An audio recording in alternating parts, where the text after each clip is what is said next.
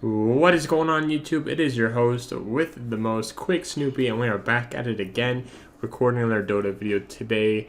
Gameplay update 6.8.7 came out yesterday, and I really want to explain to you guys my opinions on this, and we can kind of go over through every single item and everything else, because there were new items put in the game and everything. So let's kind of get straight to it. I don't want to spend too much time. So I was looking at this earlier, and it really kind of actually is interesting. So the reworked ranked all pick, before the picking phase begins, there's a 15-second voting phase to ban heroes. Each player votes for a different hero. Afterwards, half of the heroes that were voted on will be randomly selected and banned. So I feel like meta heroes won't ruin ranked as easy. I'm looking this way because I have notes over here that I'm kind of looking back. I don't want to read from a script. So you guys can see the extra details as well. So I feel like this is going to change the way people play Pudge, the way people play, because I think the most picked heroes right now are Pudge, Invoker, and Phantom Assassin. I just checked earlier today. Those are the top three in that order.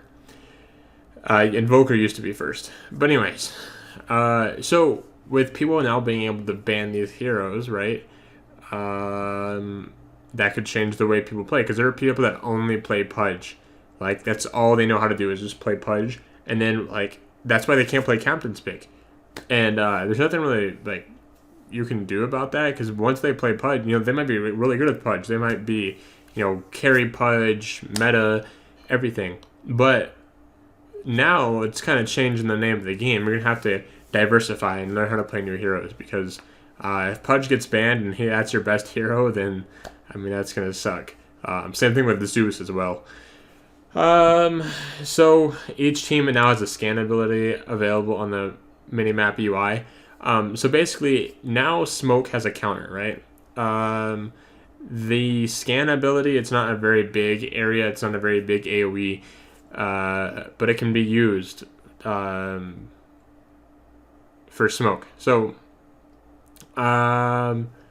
see, it says right here, but it does consider smoked units. Doesn't show how many heroes there are, just shows enemies. So it's going to bring like a whole new, interesting like way to play ranked, right? Because now you have people who used to always smoke, and then they would rush that safe lane, and try and easily get some of those ganks off. Well, now, if the other team kind of thinks that you're near them, they could just pop that scan ability, and they're like, boom, the other team's right there. So, I don't know how I feel about that. I'll go over everything a little bit more at the end as well. Starting HP increased from 180 to 200. Some basic things. Hit points per strength increased from 19 to 20. Hero mana. Okay, the numbers right here, if you check this 180 and 200, 19 and 20. Hero base mana increased from 0 to 50. You'll notice that all of these are even numbers. So it's going to make like calculations if you're one of those people that likes doing like formulas and stuff in your head to kind of figure out different builds or whatever. If you're one of those people, you're going to love this update, because now you have these zeros, and it's going to make rounding a lot easier and stuff as well. Mana per intelligence reduced from 13 to 12. So if you are a hero that suffers from mana, you might have some problems with that. Intelligence now increases your spell damage by 1% per 16 intelligent points. So it gives an example. 100 intelligence points is roughly a 6% bonus. Same rules where it's affected as Etherland spell amplification. So Outer World Devour might be a late game carry, if it's an increased spell damage by 1%. If you're a hero that needs a lot of that intelligence, you're in luck. So just any one of those intelligent heroes, to be honest with you. So stats on your hero now show your total spell amplification, including Etherlands. That's good. Lane creep, health upgrade increased from 10 to 12. The lane creeps upgrade every 7.5 minutes. So interesting. Tier 2 towers now do the same damage as Tier 3. They damage now same as Tier 3. Towers grant an armor aura to allied heroes. So if we look at this right here, Tier 1 grants 1 armor, 2, 3, and 4 grant 3 armor. So this is going to affect, I guess, the laning phase, right? So the laning phase might be a little bit longer. People may not tower dive as much. The game may also potentially go on longer. It's going to force more people to, I feel like, stay in lane with that laning phase. Not as many ganks and stuff as well. So we'll see how that works. Initial bounty run no longer gives experience. I have an explanation. I don't know why they would do that. I cannot think of a single idea on why they would do that. Melee hero attack range increased from 128 to 150. Again, we're seeing those even numbers, those 0 numbers, the 128 and 150. Lane creep aggro duration increased from 2 to 2.5. The amount of time creeps follow you when you attack a hero.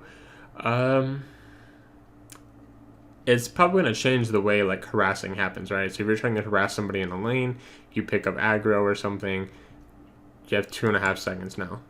Not a big deal, but if you're low health or you're in the laning phase early on within the first like 5 minutes of the game, you might want to watch that. Lane creep aggro, melee creep gold bounty reduced from 40 to 38. Super and mega melee creep gold bounty also reduced by 2. Range creep gold bounty unchanged. So, that affects gold, obviously. Melee and range creeps, gold bounty upgrade over time increased from 1 to 2, so the lane creeps upgrade every 5 minutes. Melee creep experience reduced from 62 to 45. We're seeing these longer games. As if Shanghai Major already didn't kind of prove to us that there could be some lengthy games going on, especially in meta and maybe even low MMR as well. When you're stuck at that low MMR and then high MMR, you're going to see these games, they're going to possibly be a lot longer. So, which means, people like Alchemist and stuff might get played more as well if it's going to go into late game. Range creep experience from 41 to 90. That's a huge amount of XP that just increased right there. The same total XP per wave, 3 melee, 1 range, 227 versus 225. Okay. Experience required to get level 8 and 9 rescaled. And then it gives you the 600 and 1200 to 800 1000. Ethereal now blocks in-fight attack projectiles fully rather than just once launched before. Ethereal previously non-physical damage could sometimes go through. Evasion is now calculated on impact rather than on launch. If you have like Butterfly or something and you activate Butterfly, that might be a game changer or something. I don't know. I'm still trying to think why these updates are really happening to begin with. You can see right here the Centaur cursor health reduced from 550 to 350.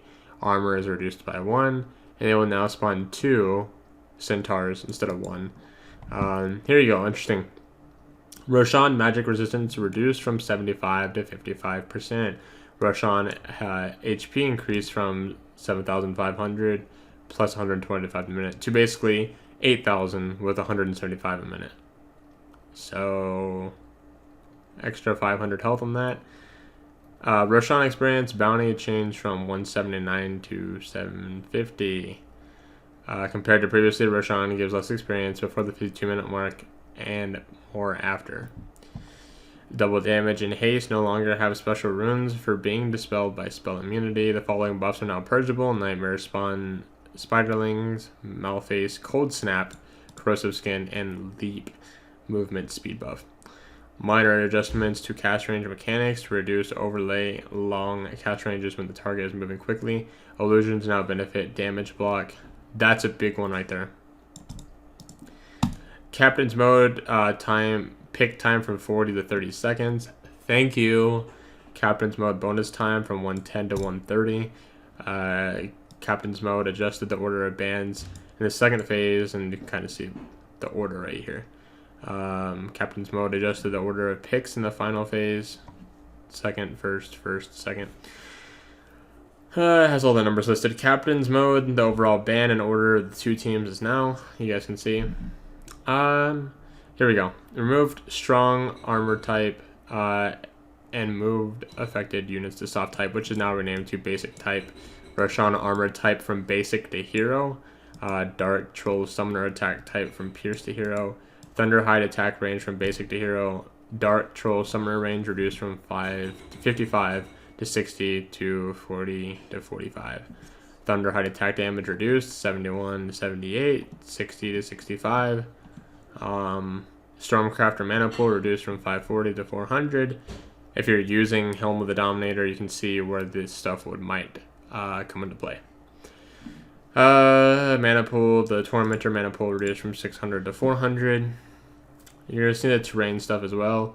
Adjust the position in the bottom radiant tier 2 tower and nearby trees. Move the ramp between the Dire Secret Shop and the Dire Ancients further back, made it narrower. Increase the width of the ramp behind the Radiant Tower. Added a new ramp to the left spot of the Dire Tier 1 tower. Added a new ward spot in the middle of the Dire Jungle. Adjusted the spawn box of the most right Radiant hard camp near the save lane. Okay, I'm going a little fast here on these. So tier 3 towers and racks moved very slightly back away from the camp. Adjusted the juke path, the clump of trees, and Dire 1 mid tower, and the area closest to the ramp. Some of the stuff may not affect you guys. Added a small hiding spot in the trees, the top left of the Radiant medium camp near the middle. You guys could use that before people start figuring it out. Slightly reduced the spawn box of the Dire offlane neutral camp. Added new paths to the trees on the left of the top Radiant tier 1 tower. Added pathable areas in the trees below the bottom tier 2 Radiant tower. Spaced out Radiant 4 towers slightly. Added a small hiding spot to the trees above the bottom Radiant tier 2 tower. Moved Radiant mid creep spawn back a little. Removed the tree and the Dire cliff right above the top rune. The tree.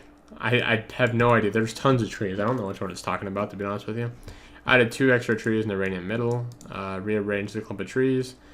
Far right Radiant hard camp to modify visibility lanes for heroes nearby. Added a new hiding spot to the right of the Dire small camp, and fixed Radiant offlane neutral camps units not always being visible with line of sight in front of them. Wow. We're going to have a lot more too with these items and stuff as well. I really don't want to take too long here, but we might be able to go through this fairly quickly. Hopefully. Alright, so I'm just going to kind of read these. Alright, so new items. Bloodthorn, new item formed from Orchid, Crystallis, and a recipe, and it gives you right here the plus 25 intelligence, 30 attack speed, 60 damage, 150 mana duration. Okay, here we go. Active. All attacks on the silenced target, including from allies, gain true sight and a 1.35 critical hit. 11 cooldown, which Orchid's cooldown was actually 18, so interesting. And it's gonna grant a chance to land a critical hit. That'll be nice. Not sure yet if it's gonna stack with like Phantom Assassin or anything. We'll see. Echo Saber, new item formed from Living Staff and Orc Club. Basically passive, causes melee attacks to attack twice in quick succession. Your double attack applies 0.6, and then you guys can see the stuff.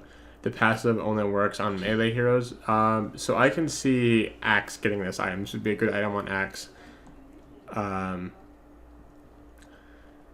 Blightstone costs 300 gold. It reduces the armor by 2 on attack, and it's available in the side shop, which is really useful.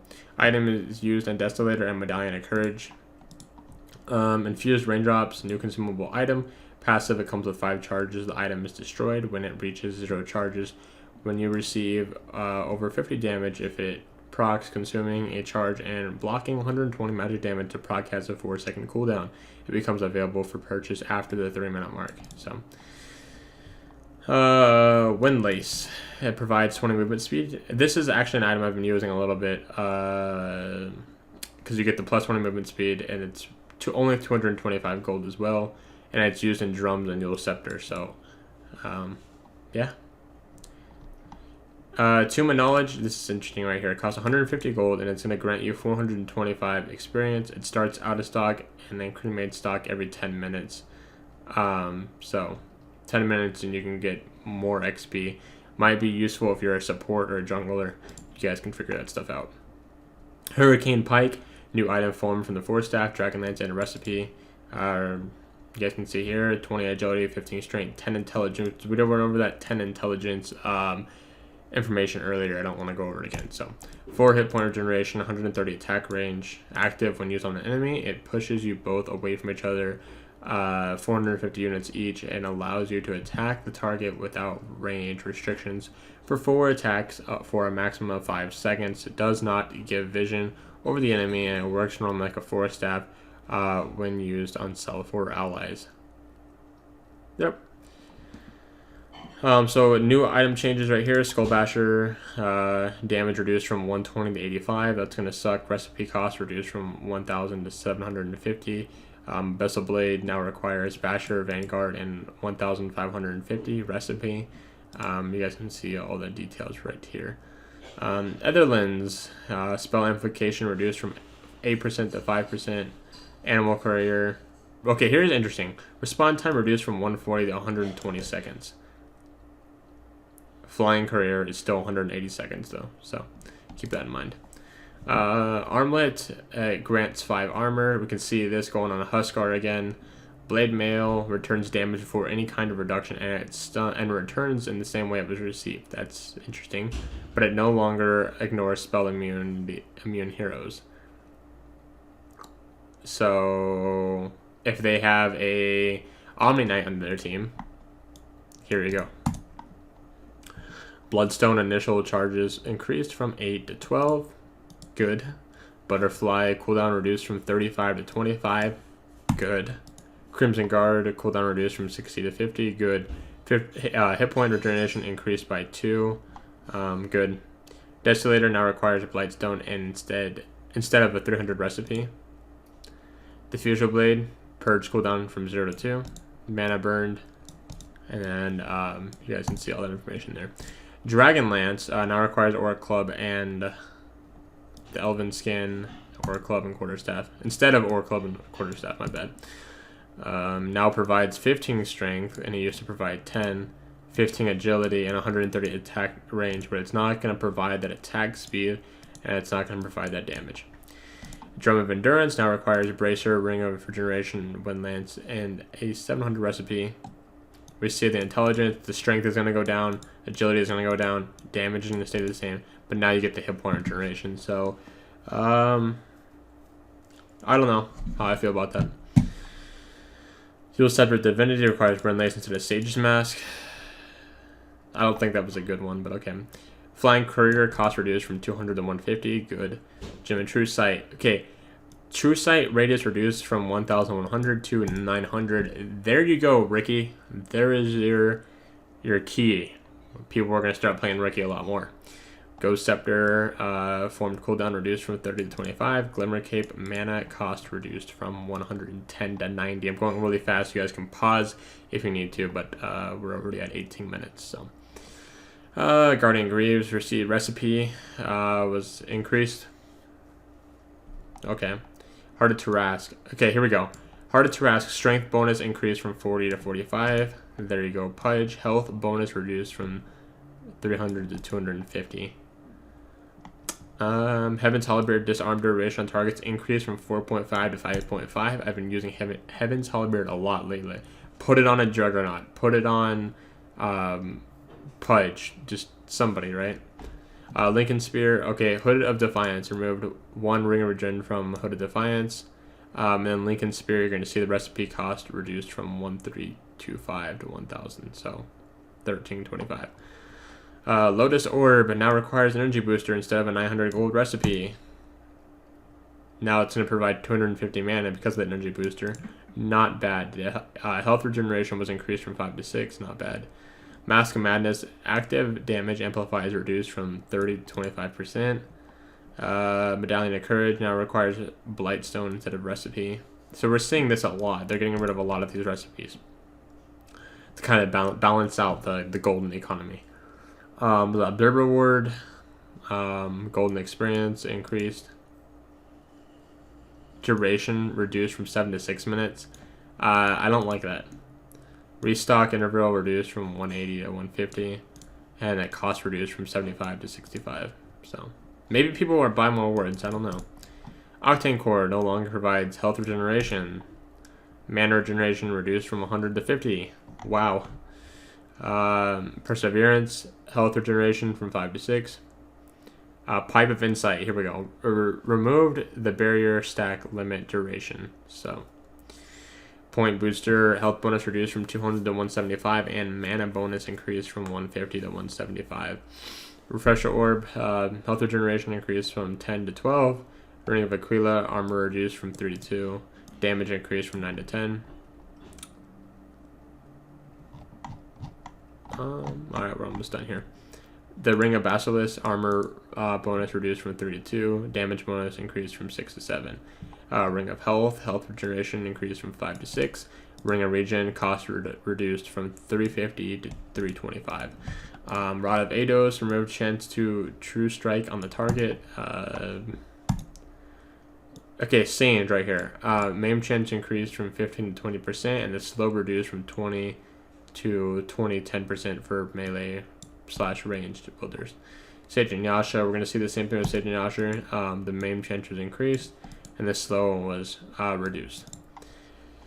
Shadow Amulet cost was reduced by 100. Silver Edge now requires Shadow Blade and Ultimate Orb instead of Shadow Blade Sage, and the recipe can be disassembled. Backstab damage reduction increased from 40 to 50%. Smoke of Deceit, 12 to 11 minutes. We might see people use smoke a lot more. It no longer has a cooldown attached to your hero when used. That's a problem. Soul Booster no longer provides health regeneration and mana regeneration reduced from 100 to 50%. Talisman of Evasion cost reduced from 1,800 to 1,700. Town Portal Scroll reduced from 75 to 50. You can now buy teleport scrolls a lot cheaper. A Vanguard health regeneration increased from 6 to 8. A Violet Discord now requires Helm of Iron Will, 2 null talismans, and 400 recipes. And the debuff is now dispellable. Vladimir's Offering reduced from 5 to 4. That's going to suck.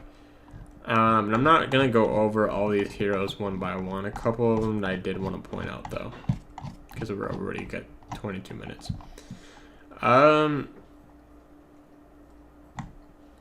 Viper Poison Attack is no longer an attack modifier. Attack modifiers do not stack. This is not an attack modifier. Therefore, get Desolator if you want. Who's the other one I wanted to... Here we go. Sniper. They increased his AoE damage. A decent amount. Okay. So, here's one that I was a little bit confused about. It's a Shadow Shaman Master Brent Ward. Splash mechanics reworked, and now it's deals 75% splash and 175 AoE. And then you guys can see the percentages listed right there. Some of these other heroes I really don't play too much, so it's not going to matter. Ricky is finally out of the captain's mode. That's nice. Scrolling back up a little bit, Death Prophet, Spirit Siphon no longer grants vision. That used to be a really good counter to Ricky or whatever. And then Crystal Maiden, Crystal Nova, cooldown reduced from 12 to 9 at the highest level. So I'll put the link in the description if you guys are curious to see the rest of this. But time is of the essence, and I don't want to spend too much of your guys' time boring you either. But maybe you would find the heroes a lot more interesting. But I just found the top part where we talked about the scan and the ranked reworked, how they all kind of come together and stuff. But needless to say, I hope you guys enjoyed this type of video. I'm going to need to take a break now because I've been talking nonstop. So, see you guys in my next video. Please leave a like if you enjoyed. Any comments or questions, leave them in the comments, or you could message me on Twitter. And I will see you guys in my next video. Peace.